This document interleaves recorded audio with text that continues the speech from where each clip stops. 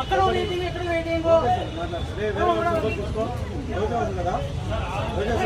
గంట వెయిట్ చేయాలంటే చూసుకో ఎన్ని నిమిషాలు వెయిట్ చేయాలా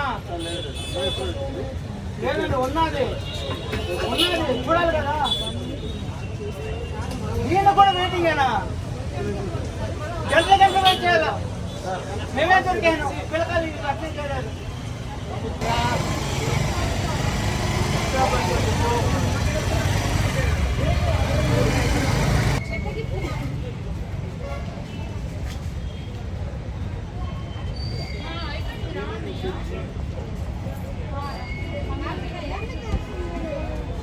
చేయాలంట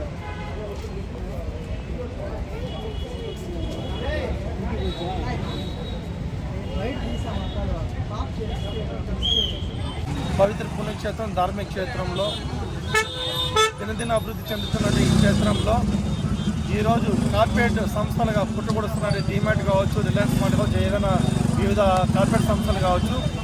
ఈరోజు డీమార్ట్లో మేము 2 కేజీలకి కాను ఉద్యోగ కొనుక్కొని గాను 2,900 రూపాయలు వేయడం జరిగింది.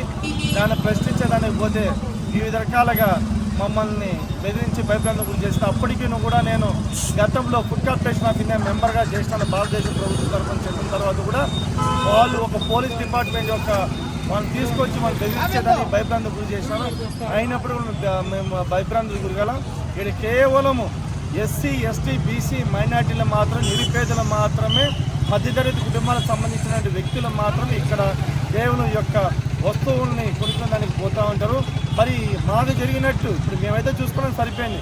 లేదంటే ఇతరులు ఎవరైనా చూసుకున్నట్టయితే వాళ్ళు ఖచ్చితంగా వాళ్ళ యొక్క నెల జీతము మామూలు అయిపోవాల్సిందే, ఖాళీ అయిపోవాల్సిందే. ఈ విధంగా అనేక రకాలుగా డీమార్ట్ మోసాలకి పాల్పడుతుంది.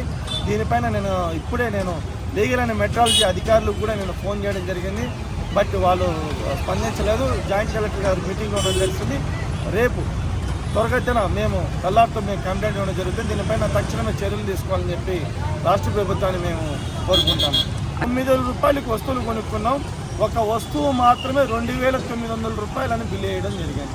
లేదు, ఫస్ట్దే 2,900కి వేయండి. 2 కేజీల ఉద్దిపప్పు నేను చూసుకోవాలి. ఇంటికి పోయిన తర్వాత మా భార్య చూసుకుని ఉన్నారు.